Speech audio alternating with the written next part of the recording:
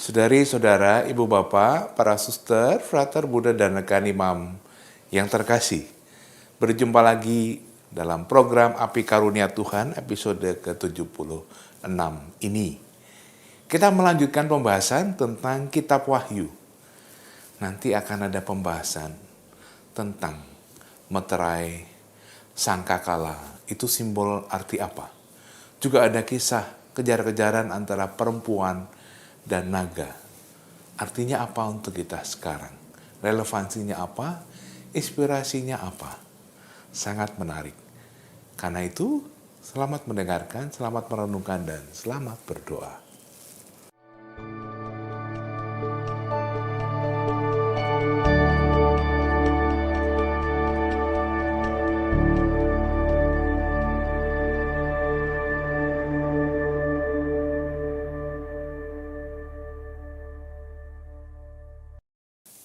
Saudari-saudara terkasih, dalam percakapan yang lalu kita sudah mulai dengan kitab Wahyu, melihat susunannya.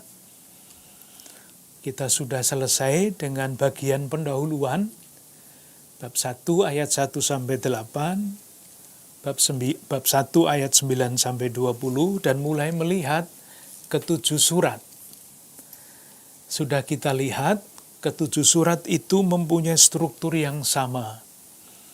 Mulai dengan aku tahu, kemudian digambarkan keadaan jemaat, lalu diakhiri dengan pernyataan umum. Siapa bertelinga, hendaklah ia mendengarkan. Barang siapa menang, ia akan kuberi makan ganjarannya. Kita sampai di situ. Nah, di tengah-tengahnya digambarkan keadaan jemaat yang nyata. Ada keadaan yang baik, ada yang kurang baik. Kita coba lihat salah satu contoh.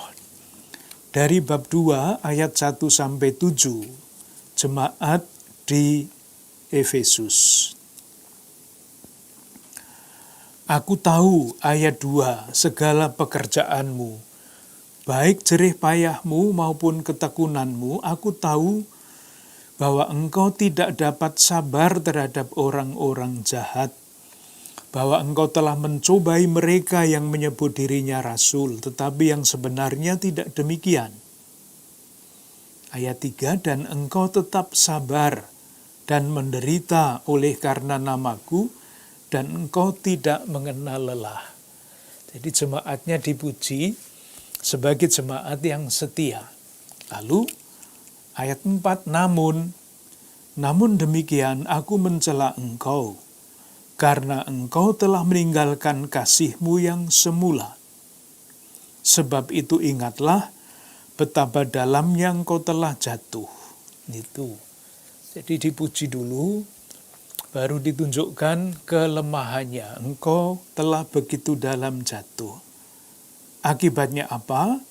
Bertobatlah, lakukanlah lagi apa yang semula engkau lakukan. Nasihat. Lalu ada tanda petik ancaman. Jika tidak demikian, aku akan datang kepadamu dan aku akan mengambil kaki dianmu dari tempatnya, jikalau engkau tidak bertobat. Mengambil kaki dian. Tadi kan kaki dian emas itu kan jemaat ya. Kalau kakinya diambil itu artinya apa? Ini jemaat Efesus. Efesus itu adalah pusat gereja. Nah, kalau di Efesus murid-murid Kristus tidak setia, lalu dikatakan di sini, aku akan mengambil kaki dianmu. Kamu tidak akan menjadi pusat lagi. Dan di dalam sejarah kita tahu, pernah kita singgung beberapa kali, Efesus adalah salah satu pusat jemaat awal bersama dengan Yerusalem dan Antiokhia. Dan Efesus memang tanda petik kehilangan fungsi sebagai pusat. Masih ditambah ayat 6, tetapi ini yang ada padamu, yaitu engkau membenci segala perbuatan pengikut-pengikut Nikolaus, yang juga ku benci. pengikut Nikolaus. Jangan disamakan dengan Santo Nikolaus. Ini Nikolaus yang lain, ini bid'ah. Seperti itu, isinya seperti itu. Jadi strukturnya sama. Nanti silahkan membaca sendiri. Kalau mau satu lagi yang ayat 8 sampai 11, ini rasa-rasanya tidak ada yang jelek di dalam lingkungan jemaat Smyrna. Ayat 9. Aku tahu kesusahanmu dan kemiskinanmu, namun kau kaya. Dan fitnah mereka yang menyebut dirinya orang Yahudi, tetapi yang sebenarnya tidak demikian. Sebaliknya, mereka adalah jemaah iblis. Jangan takut terhadap apa yang harus engkau derita dan selanjutnya. Nah, tidak ada yang jelek di situ. Jemaatnya bagus. Lalu ditutup, hendaklah engkau setia sampai mati, dan aku akan mengaruniakan kepadamu mahkota kehidupan. Ayat 10. Disusul dengan pernyataan umum siapa bertelinga dan selanjutnya. Nah, kalau kita lihat struktur-struktur seperti itu, lalu kiranya akan mempermudah bagi kita untuk membaca sekurang-kurangnya bab 2 sampai bab 3. Strukturnya sama, di tengah-tengahnya ada penilaian terhadap jemaat dan ada nasihat. Masih mudah dipahami, kecuali mungkin nama-nama yang tidak biasa seperti tadi Nikolaus, Bileam dan sebagainya, itu adalah bid'ah-bid'ah pada zaman itu. Kita teruskan dengan bagian yang tidak mudah. Mulai dengan bab 4 sampai dengan bab 22. Inilah yang disebut kitab Wahyu, artinya sastra apokaliptik dalam arti yang sesungguhnya. Sebelum mungkin kita perlu membaca bagian demi bagian, supaya mudah mengikutinya, saya akan menyampaikan garis-garis besar dan ayat-ayat kunci untuk memahami kitab Wahyu ini. Sebetulnya bisa dikatakan dengan sederhana. Bagian pertama itu bagian kisah, ceritanya. Inti dari pesannya ada di situ. Itu dari bab 4 sampai dengan bab 5. Kemudian bagian yang panjang itu adalah bagian bagaimana rencana itu dilaksanakan. Yaitu seperti tadi selalu saya katakan, seperti wayang. Kalau menonton wayang, kita tidak langsung melihat dalang itu memperkelaikan tokoh-tokohnya. Dia membuat cerita dulu yang panjang, yang namanya jejer. Di situ diceritakan inilah inti cerita. Dan ketika jejernya selesai, mulailah pagelaran wayang. Mirip-mirip dengan itu. Kita melihat apa yang terjadi, kisah inti pesan apa yang akan disampaikan pada bab 4 sampai dengan bab 5. Kita lihat apa yang saya maksudkan dengan jejer, bukan jejer, jejer. Artinya introduksi. Ayat-ayat kuncinya. Bab 4 ayat 1. Kemudian daripada itu aku melihat, nah ini penglihatannya. Sesungguhnya sebuah pintu terbuka di surga, dan suara yang dahulu yang telah kudengar berkata kepadaku seperti bunyi sangkakala, katanya, naiklah kemari dan aku akan menunjukkan kepadamu apa yang harus segera terjadi. Apa yang harus terjadi sesudah ini. Dah, ini introduksi. Apa yang dilihat oleh Yohanes ayat 2. Nah, ini penting. Segera aku dikuasai oleh Roh dan lihatlah, sebuah tahta terdiri di surga dan di tahta itu duduk seorang. Jadi raja, katakanlah seperti pagelaran-pagelaran itu, raja duduk di tahta. Tentu tidak sendirian kalau raja duduk di tahta, kesepian. Maka pada ayat 3 dan seterusnya itu digambarkan apa yang ada di surga yang menunjukkan kemuliaan dari yang duduk di tahta itu. Ayat 3 misalnya ya kita baca. Dan dia yang duduk di tahta itu nampaknya bagaikan permata yaspis dan permata sardis. Dan suatu pelangi melindungi tahta itu gilang gemilang, bagaikan zamrud rupanya. Kalau membaca ini ya jangan bertanya zamrud itu apa, yaspis itu apa ya. Dirasakan saja kemuliaan surgawi yang digambarkan dengan kata-kata itu. Menikmati. Jangan membacanya sebagai membaca berita koran. Lalu susah nanti. Ada yang menarik juga, mungkin baik kita ingat ayat 7. Adapun mulai ayat 6. Dan di hadapan tahta itu ada lautan kaca bagaikan kristal. Di tengah-tengah tahta itu dan di sekelilingnya ada 4 makhluk penuh dengan mata. Di sebelah muka dan di sebelah belakang. Adapun makhluk yang pertama sama seperti singa. Makhluk yang kedua sama seperti anak lembu. Makhluk yang ketiga menyerupai muka seperti muka manusia. Makhluk yang keempat sama seperti burung nasar yang sedang terbang. Lalu semuanya menyanyi kudus, kudus, kuduslah Tuhan dan sebagainya.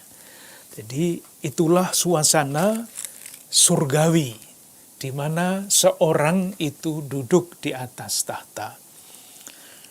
Inilah landasan, lambang dari keempat Injil itu. Kita semua tahu singa itu melambangkan Markus, lembu melambangkan Lukas, manusia melambangkan Matius, Raja Wali melambangkan Yohanes. Jadi sekali lagi suasana mulia di surga. Nah, suasana itu sekarang dijelaskan lebih lanjut. Apakah seorang yang duduk di tahta itu hanya duduk saja? Tidak. Bab 5 ayat 1. Maka aku melihat di tangan kanan dia yang duduk di atas tahta itu sebuah gulungan kitab yang ditulis sebelah dalam dan sebelah luarnya dan dimeterai dengan 7 meterai. Gulungan kitab dimeterai dengan 7 meterai, jadi rapat-rapat, rahasia. Masalahnya adalah ayat 2, siapakah yang layak membuka gulungan kitab itu dan membuka meterai-meterainya? Tetapi tidak ada seorang pun di surga atau yang di bumi atau yang di bawah bumi yang dapat membuka gulungan kitab itu atau yang dapat melihat sebelah dalamnya. Tidak ada. Maka menangislah aku. Jadi Yohanes menangis karena tidak ngerti siapa yang mau membuka meterai itu. Lah dijawab ayat 5, lalu berkatalah seorang dari tua-tua itu kepadaku, jangan engkau menangis, sesungguhnya, nah sekarang jawabannya, sesungguhnya singa dari suku Yehuda, yaitu tunas Daud telah menang, sehingga ia dapat membuka gulungan kitab itu dan membuka ke-7 meterainya. Jelaskan? Dengan demikian menjadi semakin jelas dia yang duduk di atas tahta surgawi dengan membawa gulungan kitab bermeterai 7 itu adalah Allah dengan rahasia karya penyelamatannya. Siapa yang bisa menjalankan karya keselamatan Allah itu? Manusia tidak bisa dimanapun. Lalu di situ jawabannya, sesungguhnya singa dari suku Yehuda, tunas Daud, telah menang, sehingga ia dapat membuka gulungan kitab itu dan membuka ketujuh meterainya. Jawabannya jelas. Yang bisa menjalankan, membuka meterai dan menjalankan karya penyelamatan Allah itu adalah Yesus, tunas Daud dari suku Yehuda. Jelas sekali. Apa yang dilakukan kemudian? Ini dramanya sangat menarik kalau dibaca baik-baik. Ada penglihatan lagi, ayat 6. Dan aku melihat di tengah-tengah tahta dan keempat makhluk itu, dan di tengah-tengah tua itu berdiri seekor anak domba. Nah, sekarang sudah menjadi semakin jelas. Siapa singa dari suku Yehuda itu? Seperti telah disembelih, bertanduk 7 dan bermata 7. Itulah ketujuh roh Allah yang diutus ke seluruh bumi. Dramanya maju, ayat 7. Lalu datanglah anak domba itu, menerima gulungan kitab itu dari tangan dia yang duduk di atas tahta itu. Jadi sudah akan dilaksanakan oleh anak domba itu. Nah, ketika itu terjadi, ayat 8, ketika ia mengambil gulungan kitab itu, tersungkurlah keempat makhluk, dan ke-24 tua-tua itu di hadapan anak domba itu. Apa yang menyusul? Nyanyian, syukur. Jadi saya kira bisa dibayangkan ya, adegan ini adalah adegan pokok. Anak domba menerima, mengambil gulungan kitab, untuk dibuka satu persatu. Lalu pujiannya ayat 9 sampai 10. Engkau layak menerima gulungan kitab itu dan membuka meterainya. Ayat 12. Anak domba yang disembelih itu layak untuk menerima kuasa. Ayat 13. Bagi dia yang duduk di atas tahta, dan bagi anak domba adalah puji-pujian. Doksologi, suasana surgawi, adegan surgawi. Dan keempat makhluk itu berkata amin, dan tua-tua itu jatuh tersungkur dan menyembah. Dah, ini adegan pertama. Saya kira mudah sekali diikuti. Gambarannya menurut saya sangat jelas. Pesan intinya apa? Pesan intinya Allah itu Maha Kuasa. Ia mempunyai rancangan keselamatan. Rancangan itu dilaksanakan oleh Yesus, Sang Anak Domba. Dan rancangan itu tidak akan pernah gagal. Pasti berhasil. Kalaupun diapakan. Kalaupun ditolak atau dilawan oleh kuasa-kuasa jahat. Mungkin baik ya kalau kita melihat salah satu yang bisa tersembunyi tetapi sangat jelas. Dan ayat 6 sampai ayat 21 itu pagelarannya. Tadi bab 1 itu ceritanya, ini pagelarannya. Misalnya, ketika ke-6 meterai dibuka. Jadi 7 meterai, sekarang pembukaan meterai.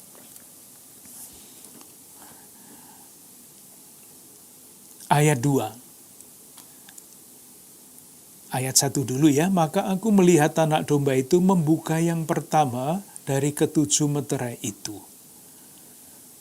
Ketika pertama kali dilihat, ketika meterai pertama dibuka, apa yang kelihatan? Ayat 2. Dan aku melihat sesungguhnya ada seekor kuda putih, dan orang yang menungganginya memegang sebuah panah, dan kepadanya dikaruniakan sebuah mahkota. Lalu ia maju sebagai pemenang untuk merebut kemenangan.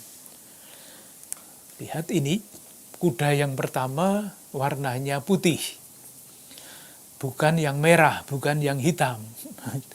Ini bukan kebetulan, karena putih itu adalah warna kemuliaan.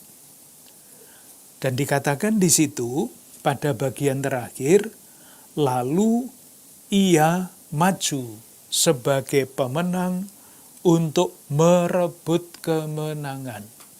Kemenangan atas apa? Ya nanti atas kuda-kuda yang lain yang menyusul. Siapa yang menunggang kuda itu? Nah, jawabannya jauh di belakang.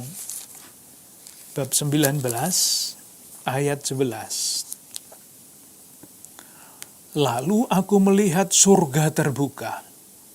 Sesungguhnya ada seekor kuda putih, dan ia yang menungganginya bernama Yang Setia dan Yang Benar. Ia menghakimi dan berperang dengan adil. Jadi mulai pagelaran itu dengan tampilnya seorang menunggang kuda putih untuk merebut kemenangan. Nah, sesudah itu yang muncul adalah kejahatan. Kita lihat beberapa, misalnya meterainya dulu ya. Meterai yang kedua. Meterai yang kedua ayat 4. Dan majulah seekor kuda lain, seekor kuda merah padam. Orang yang menungganginya dikaruniakan kuasa untuk mengambil damai sejahtera. Meterai yang ketiga, kuda hitam. Meterai yang keempat, kuda hijau kuning. Dan orang yang menungganginya bernama Maut, dan kerajaan maut mengikutinya. Ayat 9, meterai yang kelima. Aku melihat di bawah mezbah jiwa-jiwa mereka yang telah dibunuh. Meterai yang keenam. Lalu ada selingan. Meterainya yang ketujuh kan belum dibuka ya. Baru meterai yang keenam pada bab 6 ayat 12. Maka aku melihat ketika anak domba itu membuka meterai yang keenam, sesungguhnya terjadilah gempa bumi yang dahsyat, matahari menjadi hitam. Meterainya yang ketujuh ada di mana? Meterainya yang ketujuh ada pada bab 8. Dan ketika anak domba itu membuka meterai yang ketujuh, maka sunyi senyaplah di surga, kira-kira setengah jam lamanya. Sunyi senyap setengah jam, tidak lama-lama. Ini artinya sementara, tidak terus senyap. Nanti kalau senyap terus tidak jalan karya penyelamatan Allah. Lalu aku melihat ketujuh malaikat yang berdiri di hadapan Allah, dan kepada mereka diberikan 7 sangkakala. Silahkan memperhatikan rangkaian angka 7. Tadi 7 meterai, meterai ke-6, meterai ke-7 dibuka, bab 8 ayat 1, surga tenang. Sementara. Sesudah tenang setengah jam, ada 7 sangkakala. Tadi kita sebut sangkakala itu adalah lambang kalau sangkakala ditiup, itu artinya karya keselamatan Allah dilaksanakan. Maka kita lihat bagaimana sangkakala itu ditiup satu persatu. Bab 6 sampai 13. Ayat 7, malaikat yang pertama meniup sangkakalanya. Apa yang terjadi? Terjadilah hujan es, api, campur darah, mengerikan. Jadi karya keselamatan Allah. Silahkan membayangkan, mengingat kembali peristiwa pembebasan umat Allah perjanjian lama dari Mesir. Ada tulah-tulah. Ini kira-kira seperti itu. Gambarannya dengan latar belakang perjanjian lama. Ayat 8. Malaikat yang kedua meniup sangkakala. Ada gunung besar, menyala-nyala oleh api, dilemparkan ke dalam laut. Sepertiga laut itu menjadi darah. Jadi silahkan sekali lagi membaca kalimat-kalimat ini tidak seperti kalau kita membaca berita, tetapi membayangkan betapa dahsyatnya karya keselamatan Allah itu. Ayat 10, malaikat yang ketiga meniup sangkakala. Jatuh dari langit bintang besar menyala-nyala seperti obor, menimpa sepertiga dari sungai-sungai dan mata-mata air. Malaikat yang keempat meniup sangkakala. Terpukullah sepertiga dari matahari dan sebagainya. Ayat 13, lalu aku melihat, aku mendengar seekor burung nasar terbang di tengah langit dan berkata dengan suara nyaring, celaka, celaka, celakalah mereka yang diam di atas bumi. Oleh karena bunyi sangkakala ketiga malaikat itu, malaikat lain yang masih akan meniup sangkakalanya. Sangkakala keempat sudah mendatangkan kayak begitu itu. Apalagi sangkakala berikutnya. Sangkakala kelima, bab 9, ayat 1-12.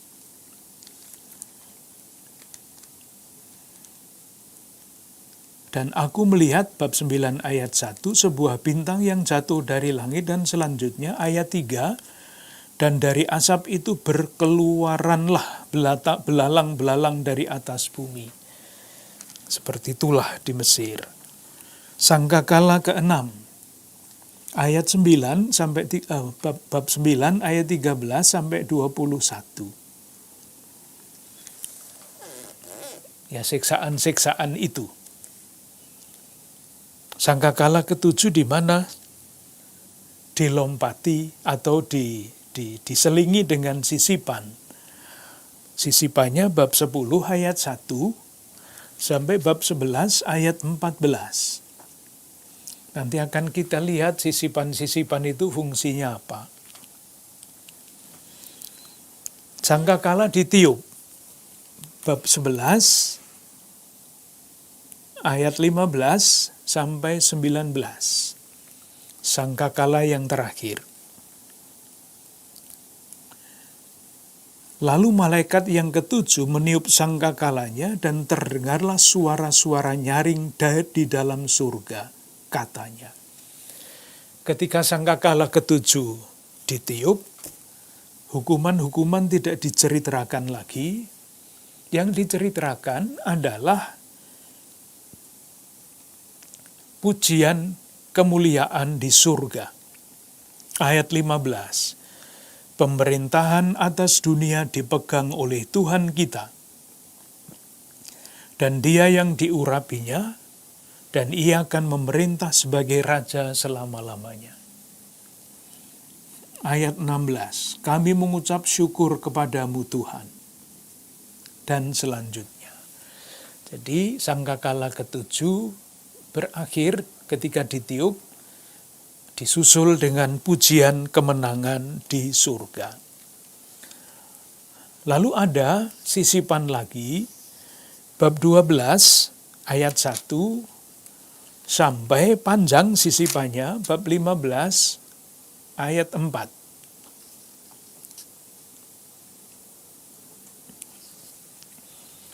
Sesudah 7 sangkakala yang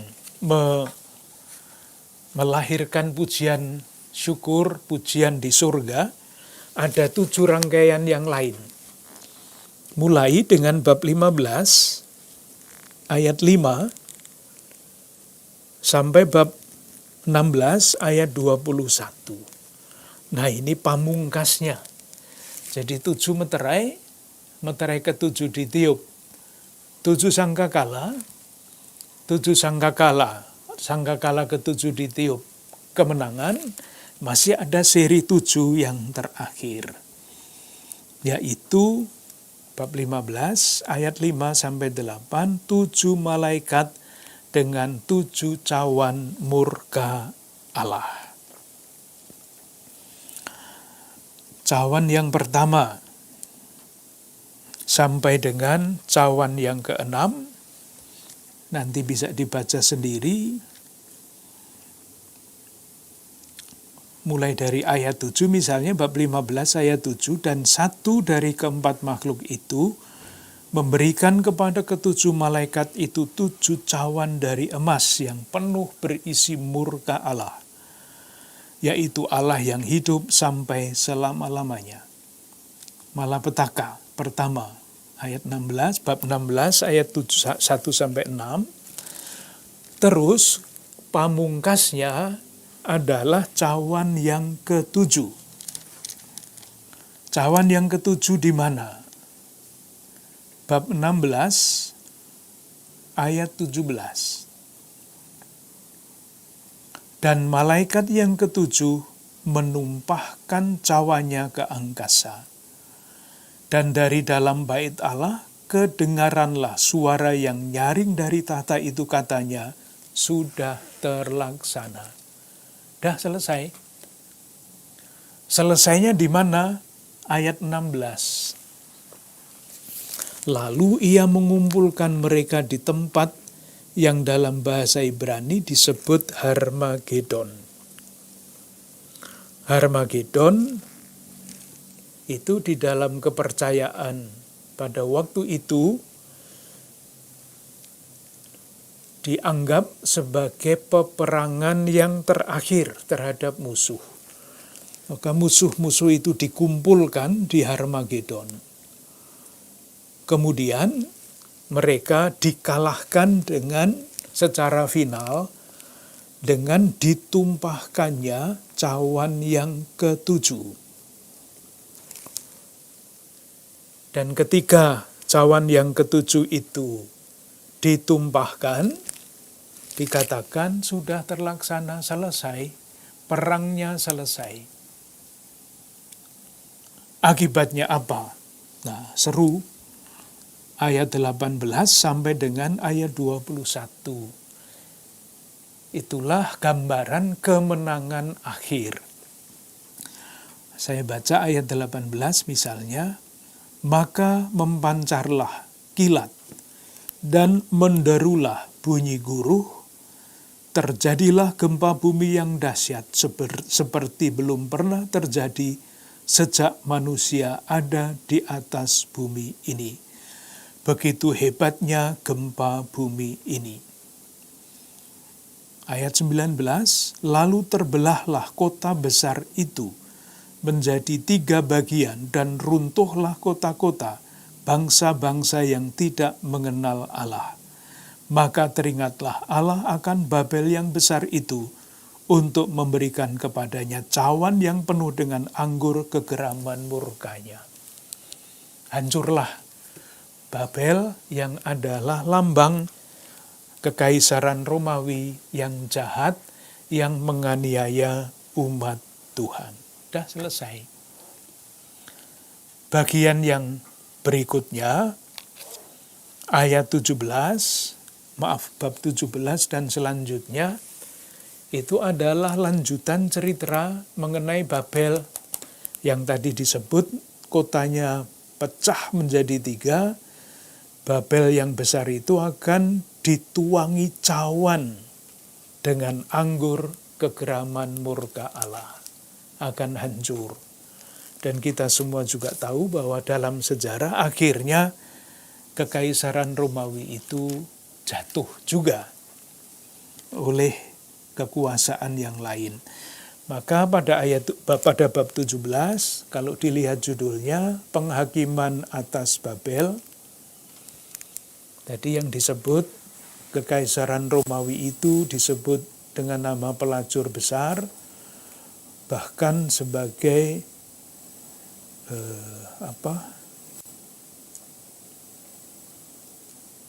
ayat 5, Babel besar, ibu dari wanita-wanita pelacur dan dari kekejian bumi, mengerikan.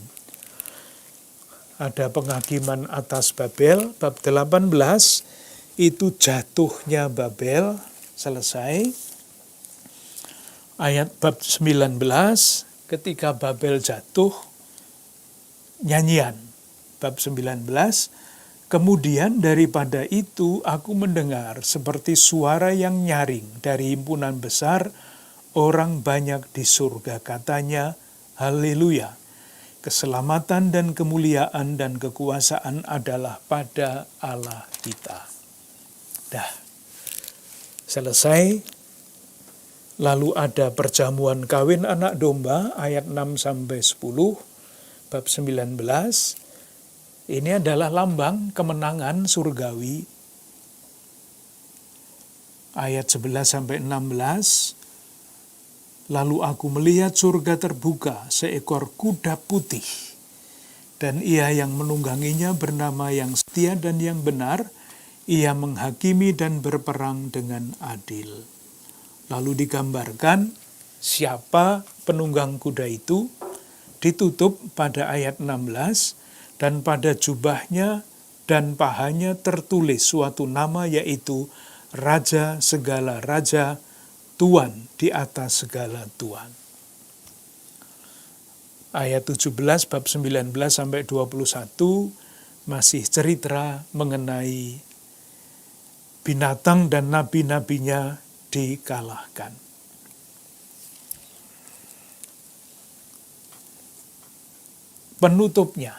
Penutupnya adalah bab 21. Sesudah semuanya itu, peperangan selesai di Armagedon, Babel jatuh, Romawi hancur. Buahnya ayat bab 21, ayat 1-2. Lalu aku melihat langit yang baru dan bumi yang baru, sebab langit yang pertama dan bumi yang pertama telah berlalu, dan laut pun tidak ada lagi. Artinya kekuasaan jahat yang dilambangkan dengan laut hilang, habis. Nah, yang penting sekarang adalah, dan aku melihat kota yang kudus, Yerusalem yang baru turun dari surga, dari Allah. Diulang pada ayat 10, lalu di dalam roh, ia membawa aku ke atas sebuah gunung yang besar lagi tinggi, dan ia menunjukkan kepadaku kota yang kudus, Yerusalem, turun dari surga, dari Allah. Yang mau dikatakan adalah ini. Kepenuhan waktu, kemenangan akhir, ini bukan produksi manusia, tetapi adalah karya Allah yang menyempurnakan apa yang sudah dimulainya. Maka digambarkan Yerusalem yang turun dari surga. Bukan yang dibangun oleh manusia, tetapi kota suci yang dibangun oleh Allah. Sehingga kalau manusia itu pesan yang tersembunyi di dalamnya, kalau manusia ingin membangun surganya sendiri, pasti gagal. Karena yang namanya tanda petik surga, kepenuhan keselamatan itu adalah anugerah Allah. Intinya itu. Penutupnya bab 22 ayat 6, bab 21 ayat 5-7, itu kembali lagi, jejer lagi. Wayang kan juga begitu ya. Mulai dengan jejer, cerita penting, pagelaran, kemudian ditutup dengan jejer lagi. Itulah yang kita lihat pada bab 21 ayat 5 sampai dengan ayat 7. Kembali lagi dengan ia yang duduk di atas tahta itu berkata, lihatlah, aku menjadikan segala sesuatu baru. Dan firman-Nya, tuliskanlah, karena segala perkataan ini adalah tepat dan benar. Firman-Nya kepadaku, semuanya telah terjadi. Aku adalah Alfa dan Omega, yang awal dan yang akhir. Ayat 7, barang siapa menang, ia akan memperoleh semuanya ini. Dan aku akan menjadi Allahnya, dan ia akan menjadi anakku. Dah, selesai. Penutupnya menegaskan bahwa ia akan segera datang. Bab 22 ayat 8, ayat 7. Sesungguhnya aku datang segera. Ayat 12. Sesungguhnya aku datang segera. Segera tentu tidak dalam arti waktu. Ayat 20. Ya, aku datang segera. Dengan pesan, bab 22 ayat 14. Berbahagialah mereka yang membasuh jubahnya. Mereka akan memperoleh hak atas pohon-pohon kehidupan dan masuk melalui pintu-pintu gerbang ke dalam kota itu. Jadi siapa yang setia akan membasuh jubahnya, akan masuk ke dalam memperoleh hak atas pohon-pohon kehidupan dan masuk melalui pintu-pintu gerbang ke dalam kota itu, surga, Yerusalem surgawi yang turun dari surga. Apakah ceritanya selesai sampai di situ?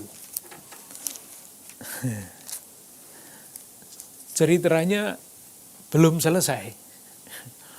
Dan belum selesainya itu dilandaskan pada bab 12 yang tadi disebut sisipan. Bab 12 ayat 1 sampai 18. Isinya adalah pertempuran antara perempuan dan naga. Tadi sudah disinggung-singgung ya, yang namanya perempuan memang di dalam keyakinan iman gereja ini Bunda Maria. Ajaran gereja kita terima. Tetapi kalau kita membacanya di dalam latar belakang kitab Wahyu, perempuan di sini ini bukan Bunda Maria. Tetapi perempuan ini adalah gereja yang pada waktu itu dianiaya. Dikatakan pada ayat 2, ia sedang mengandung dan dalam keluhan dan penderitaannya hendak melahirkan, ia berteriak kesakitan. Bab 12 ayat 2 itu melambangkan keadaan gereja pada waktu itu yang dianiaya. Siapa yang menganiaya? Ayat 3, tanda lain di langit yaitu naga merah. Naga yang mengancam. Siapa yang diancam? Ayat 4, dan naga itu berdiri di hadapan perempuan yang hendak melahirkan itu untuk menelan anaknya. Nah, di dalam teks kita, kata anaknya itu memakai huruf kapital. Anak itu sudah penafsiran. Anaknya, anak perempuan itu adalah Yesus. Tapi kita bisa menafsirkannya dengan cara lain. Segera sesudah perempuan itu melahirkan, maka ia melahirkan seorang anak. Anak lagi pakai huruf kapital. Anaknya itu dirampas dan dibawa lari kepada Allah dan ke tahtanya. Perempuan itu lari ke padang gurun, di mana telah disediakan suatu tempat baginya oleh Allah, supaya ia dipelihara di situ 1260 hari lamanya.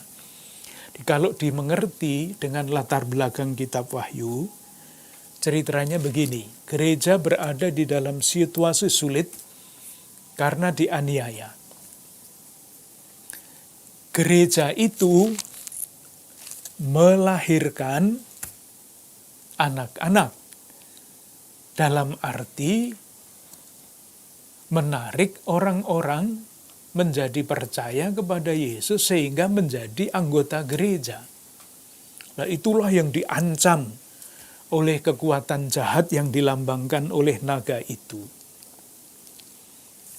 Nah, perempuan itu yang adalah gereja, ayat 6, dibawa lari ke padang gurun, di mana telah disediakan tempat baginya oleh Allah, supaya ia dipelihara di situ.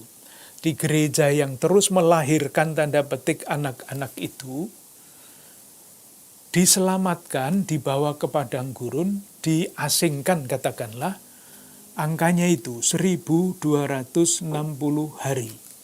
Itu artinya 3,5 tahun, itu artinya sementara. Gereja tidak akan seumur-umur diperlakukan seperti itu.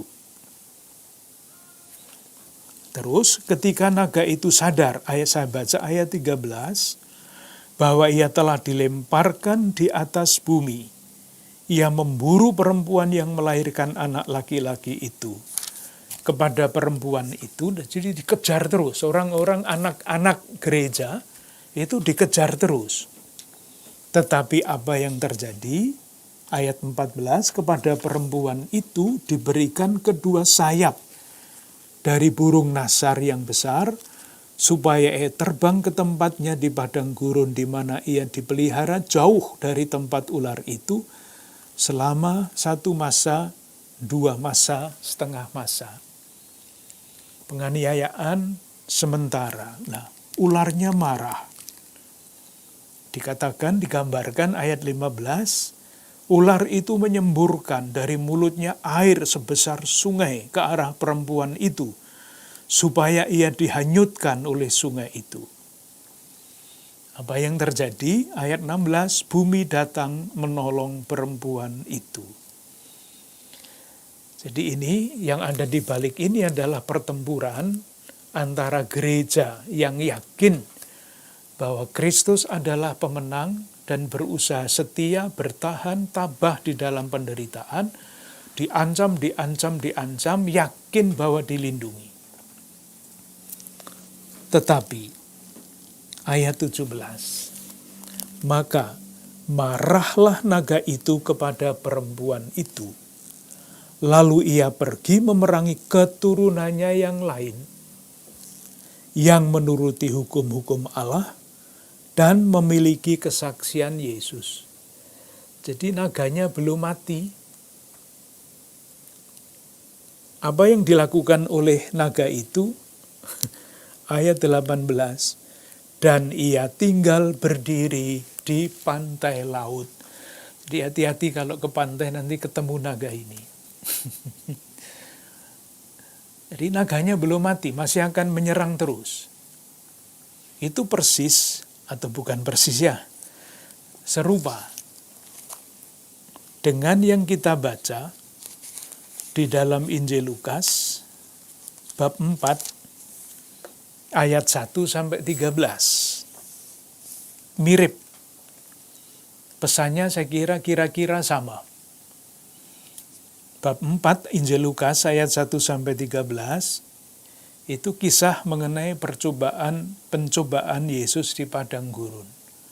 Pencobaan pertama diatasi, pencobaan kedua diatasi, pencobaan ketiga diatasi. Apakah iblisnya pergi? Kalah? Enggak. Belum. Karena bab 4 ayat 13 Injil Lukas mengatakan begini, sesudah iblis mengakhiri semua pencobaan itu, ia mundur daripadanya dan menunggu waktu yang baik. Jadi iblis ini masih akan keluar lagi pada waktu yang baik, yang tentu baik menurut iblis itu. Dan itu jelas ketika Yesus harus berada di dalam situasi-situasi yang sulit, ketika ia harus mengambil keputusan. Situasi yang paling sulit yang dihadapi oleh Yesus adalah ketika ia di Taman Getsemani memilih antara kehendaknya sendiri dan kehendak Bapa. Dan waktu itu iblis besarnya muncul. Tetapi Yesus tetap setia memilih kehendak Allah. Nah, menurut bahasa kitab Wahyu, gereja juga tidak bebas dari naga-naga ini. Karena sekali lagi dikatakan pada bab 13 ayat 18, dan ia itu maksudnya naga itu, tinggal berdiri di pantai laut. Karena marah, selalu kalah dengan yang namanya penunggang kuda putih, yang benar dan yang setia. Nah, kalau kita memahami kitab Wahyu seperti ini, gambaran apapun yang susah, tidak usah dicari ini maksudnya apa, tetapi membantu kita untuk meyakinkan kita betapa kuatnya musuh pada waktu itu Kekaisaran Romawi. Sekarang tentu musuh-musuh yang menggoda dan bahkan menganiaya murid-murid Kristus. Dan bagi murid-murid yang berada di dalam situasi seperti itu, diyakinkan Allah mempunyai rencana, Kristus, anak manusia melaksanakannya, pada waktunya kemenangan besar akan datang, dilambangkan dengan Yerusalem surgawi yang turun dari surga. Dengan demikian kita selesai membicarakan kitab Wahyu, dan dengan demikian pula kita selesai membicarakan istimewa ini sesudah sekian lama. Masing-masing tulisan perjanjian baru kita baca, kita pelajari. Moga-moga buahnya dapat menjadi inspirasi bagi peziaran iman kita. Terima kasih.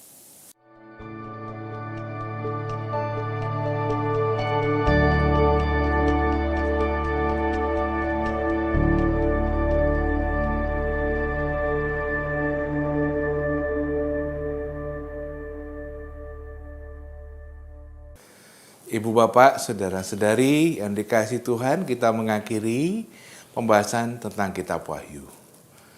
Kita menyadari bahwa gereja sebagai bahtera dan umat Allah akan senantiasa dilindungi, disertai, dilimpahi oleh kasih Tuhan untuk menghadapi pelbagai cobaan, tantangan, dan kesulitan yang ada.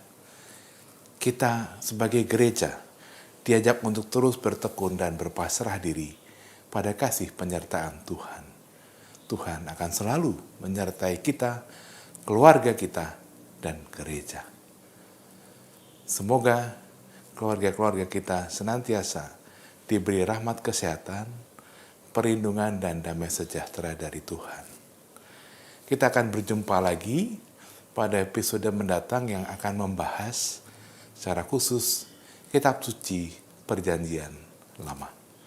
Mari kita mohon berkat Tuhan.